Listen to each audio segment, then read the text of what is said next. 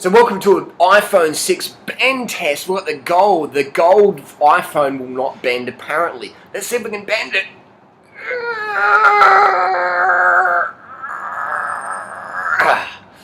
No, still strong. That's the gold. It's the stronger one. Let's see if I can bend my Garmin.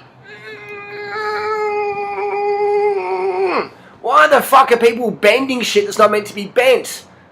Why are we trying to bend and break shit? Meanwhile in Africa, you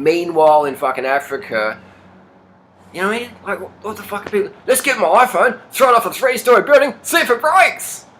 Let's get my iPhone a little lightweight alloy and see if I can bend it. Let's get a 200-pound man and see if he can bend an iPhone. Of course you can fucking bend it. So I was just feeling a bit frustrated. I saw a video had 41 million views, and I'm thinking that's the level of distraction society wants. We've got the iPhone 6, it's like this world thing. I've got this little phone here in Bangkok, Thailand. I pull it out, people are like, oh, iPhone 6, come have a look, have a look.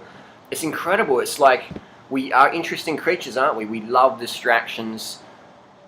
We love distractions of things that don't really even matter. I bought this because it's got a great camera, and it means I can work more. I don't even use it as a phone. I use it as a camera.